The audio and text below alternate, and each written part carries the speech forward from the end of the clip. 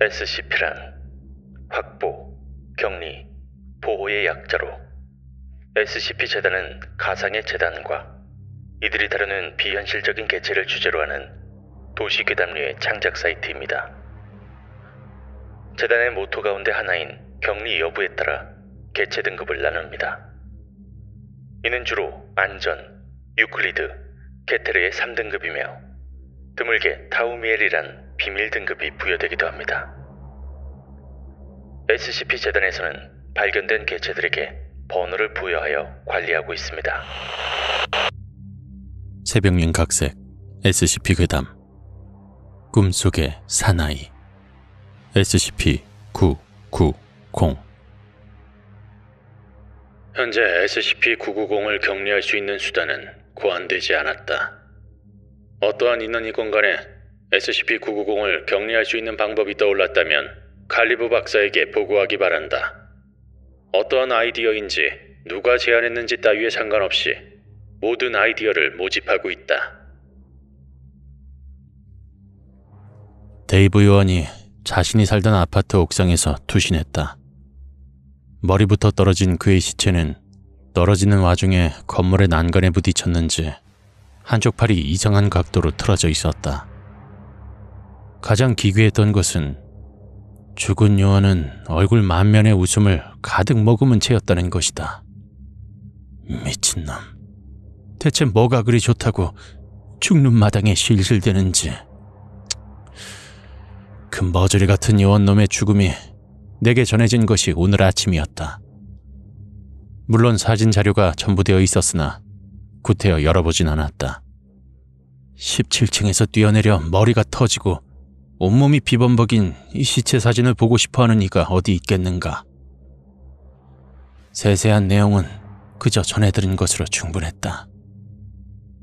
그 후로 SCP-990에 대한 면담 기록을 급히 마무리하고 상부의 990-07 사건에 피험자가 죽었음을 보고하느라 하루를 허비했다. 그러는 동안 요원의 죽음을 둘러싸고 그 원인을 파악하려는 자는 없었다. 모두가 이미 그 이유를 알고 있었다. SCP-990 통칭 꿈속의 사나이 등급 게테르. SCP-990은 재단 인원들의 꿈속에 나타나는 존재로 냉전시대 스타일의 신사복 정장을 차려입은 인간 남성의 모습을 하고 있다. 현재까지 이 남성이 현실에서 목격되었다는 보고는 없다. 또한 현재 재단 인원이 아닌 사람의 꿈속에 SCP-990이 나타났다는 보고는 없다. 수명의 요원들이 비슷한 사람이 나타나는 꿈을 꾼다는 이야기를 하다가 SCP-990의 존재가 수면 위로 드러나게 되었다. 그 이후 셀 수 없이 많은 요원들이 꿈속에서 SCP-990과 일치하는 개인을 만났음을 보고했다. 대상은 꿈속에서 재단에 대한 여러 일들을 예언했다. 대표적으로 테드 박사의 죽음과 엡실론 38 관측소의 파괴, 그리고 데이터 말소 등을 예견했고 모두 그대로 이루어졌다. SCP-990이 날리는 경고는 그 중요성의 경중을 막론하고 즉시 재단 상부에 보고되어야 한다.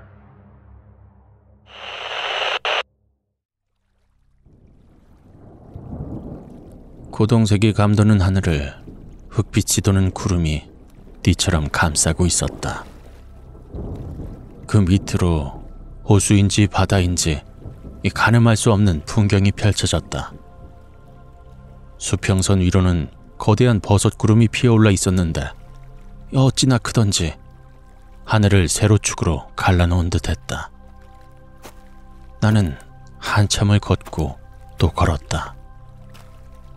해안선을 따라 걸으며 하늘을 올려다보았다. 어딘지 모르게 자귀적인 느낌. 한참이 지나서야 하늘의 구름이 제자리에 못이 박힌 것 마냥 꼼짝 않고 있음을 깨달았다. 하나를 깨달으니 연이어 여러 가지 사실들을 떠올리게 되었다. 나는 분명히 집에 도착하자마자 침대에 쓰러지듯 잠이 들었었다. 그렇다면 이건 아마도 꿈. 꿈일 것이다. 꿈이라는 것을 깨닫자마자 하늘에 피어오른 버섯구름이 한껏 몸을 부풀리더니 다시 바닥으로 가라앉았다.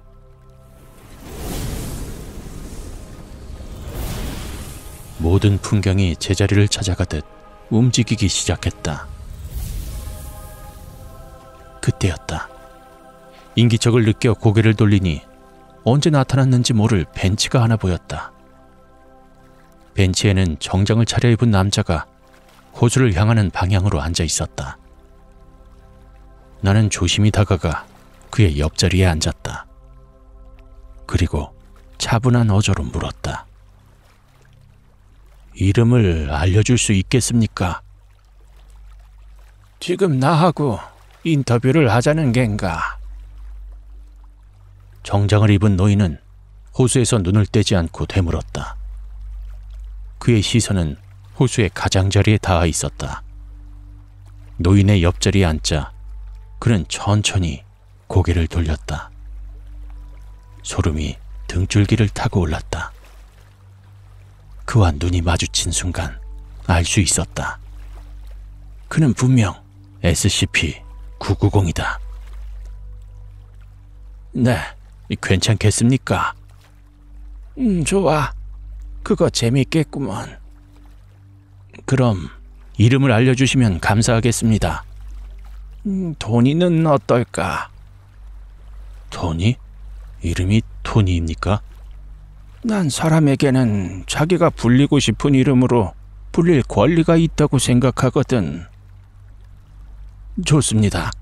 그럼 토니라고 부르도록 하죠. 잠깐만. 생각이 바뀌었네. 리처드는 어떤가? 노인은 진심으로 즐거워 보였다. 이름을 바꾸며 내뱉는 말투가 그의 흥미를 대변하는 듯했다. 저야 상관없습니다만. 그럼 리처드로 하지. 다음 질문은 무엇인가? 왜 재단 인원들을 위협하는 겁니까? 물음에 SCP-990이 어깨를 한번 들썩이더니 천천히 고개를 가로저었다. 위협? 누가 위협을 한다고 그러지? 당신은 세계 멸망을 비롯해 이 재단과 관련된 수많은 불행한 사건 사고를 예언했습니다. 그래서 누가 피해본 사람이 있나? 당신 덕에 데이브 요원이 죽었지요. 그 사건의 뒷정리 때문에 일만 잔뜩 늘었다. 제길. 다 들리네, 박사. 자네는 나에 대해 옳지 않은 인상을 가지고 있는 것 같구만. 무슨 뜻입니까? 속마음이 들켰다는 사실에 뜨끔한 것도 잠시. 주위 풍경이 많이 달라져 있었다. 저녁 풍경이었던 처음과는 달리 지금은 캄캄한 밤중이었다. 호수에도 잔잔하게 내린 달빛 외에는 어떠한 빛도 찾을 수 없었다. 그럼에도 반대편에 앉은 노인의 실루엣은 뚜렷하게 보였다. 난 여기서 나쁜 놈이 아니야. 여기 무슨 나쁜 놈이 있는 줄은 몰랐습니다만. 있지, 나쁜 놈이. 그게 누굽니까? 노인은 그 질문을 끝으로 한동안 침묵을 지켰다. 하늘의 달은 빠르게 위치를 바꾸어 갔다. 침묵 끝에 노인이 입을 열었을 때는 산등성이 너머에서 푸른 빛이 떠오를 무렵이었다. SCP-3624. 그런 분류명이 붙은 SCP는 없습니다. 앞으로 오랫동안 없을 것 같은데요. 내 말에 노인이 한쪽 입꼬리를 끌어올리며 웃었다. 당연히 그렇겠지. 그녀는 아직 태어나지도 않았으니까. 자네 재단이 아직 분류하지도 못했겠지. 이것도 또 다른 예언입니까? 어느새 해가 떠 있었고 산등성이 너머로 버섯구름이 피어오르기 시작했다. 언젠가 보았던 풍경이었다. 자네, 알람이 울리고 있구만. 갑자기 귓가에 시끄러운 전자음이 들려왔다. 어찌나 시끄러운지 몸서리를 치다가 문득 번쩍 눈을 떴다. 닭상시계가 시끄럽게 울고 있다.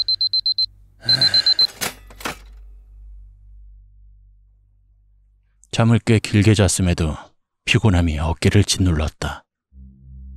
어쩌면 SCP-990과의 면담이 이 수면의 질을 떨어뜨렸을지도 모른다. 거기까지 생각이 미치자 SCP-990과 나는 대화가 떠올랐다. SCP-3624. 초조함이 양 손끝을 타고 올랐다.